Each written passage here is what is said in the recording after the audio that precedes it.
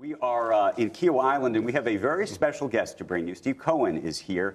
He, of course, is the chairman and CEO and president of Point72, a longtime veteran of Wall Street and hedge fund manager, and beginning his fourth season now as the owner and chairman and CEO of the New York Mets. And it is great to have you on the program for the very first time.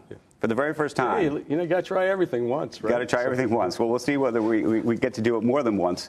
I want to talk to you about so many things. I want to talk to you about sports, the business of sports, owning this team now. Sure. And then I want to get into the markets and what you're thinking about more broadly as well. But where I wanted to start was actually the team this year. Yeah. Unfortunately, given the win streak, or really the opposite in terms of where we are, how you think about that as an owner, but how do you think about that as a hedge fund manager? Well, I mean, it's only 4 games into the season, right? Be the equivalent of getting off to a bad start. Let's say in a hedge fund year, you have a couple down days early in January. You still got a lot of time left to, do what you normally do. And so, nobody wants to start 0-4. I mean, but it's early, right? And, during the season, you're going to have losing streaks. We just happen to have one at the beginning. So what is this like for you? Now, I mean, your whole life, I think, has fundamentally changed. You're now in the public eye in a way. Public eye, yeah. That you haven't been. Well, I should say, there's been a shift in the public eye, and now you're actually doing interviews and things and being more public. How do you feel just about that? It's something that I knew buying the Mets would be much more public, and but I enjoy it. I realized I enjoyed it. I had no idea, right? When you sit behind screens for as long as I have, and you're kind of, not necessarily, have to do that type of stuff.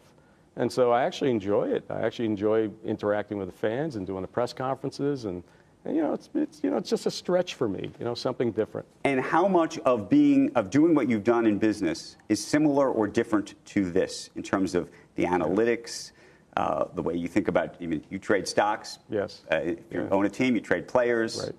Is it similar or totally different? I mean, it's different. I mean, people think that I'm not making the decisions. I mean, my baseball people are making the decisions. My job is to, when they need me to support their decision, they come to me and say, this is what I want to do. I've never said no to anything. And so, I mean, we have discussions and we talk about it. But I'm not making, those ideas are not coming from me, and which is totally different than running my hedge fund. My hedge fund, I'm much more involved. Right.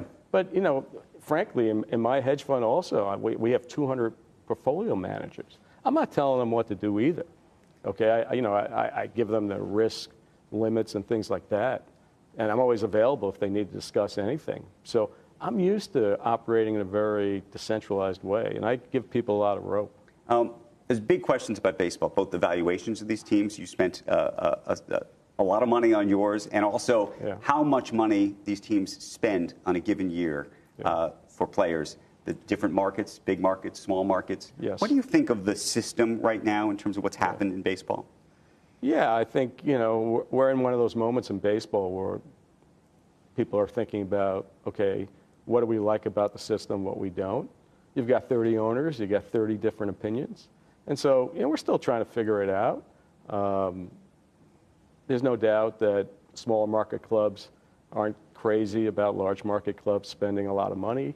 All within, we're all operating within the rules that baseball sets out. Does money buy winning? I mean, people say money doesn't buy love. Clearly not. Okay, right. Okay, because we tried that. I mean, the real problem is if you're trying to build a team through free agency, that's such a tough place to be, because you're fighting the aging curve. You're buying players based on their previous history, but they're getting older. Right. As they get older, performance over time declines. And so it's a tough place to be. So what you really want to do is develop talent, which is no different than what I do in my hedge fund. Okay, and that's the similarities between the two. Okay, but you have been famous for cutting your losses in the hedge fund world. Yeah.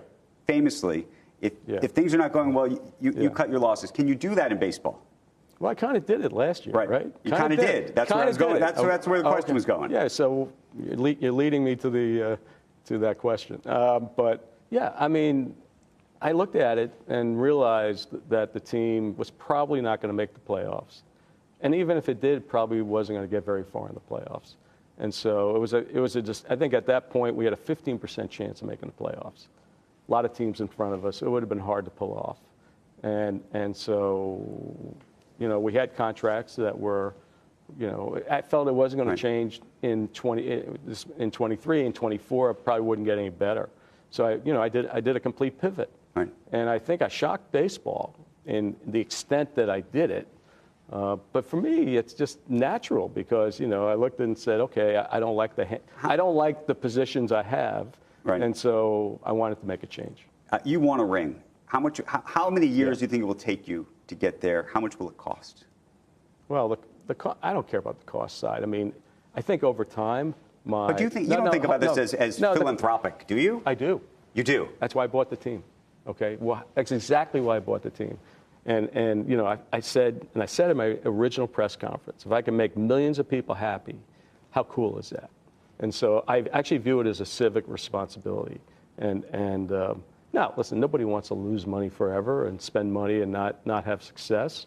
And to me, I've deemed success as not only winning the World Series, getting in the playoffs and winning the World Series. It's also developing like a deep farm system that creates talent over the years, over and over again.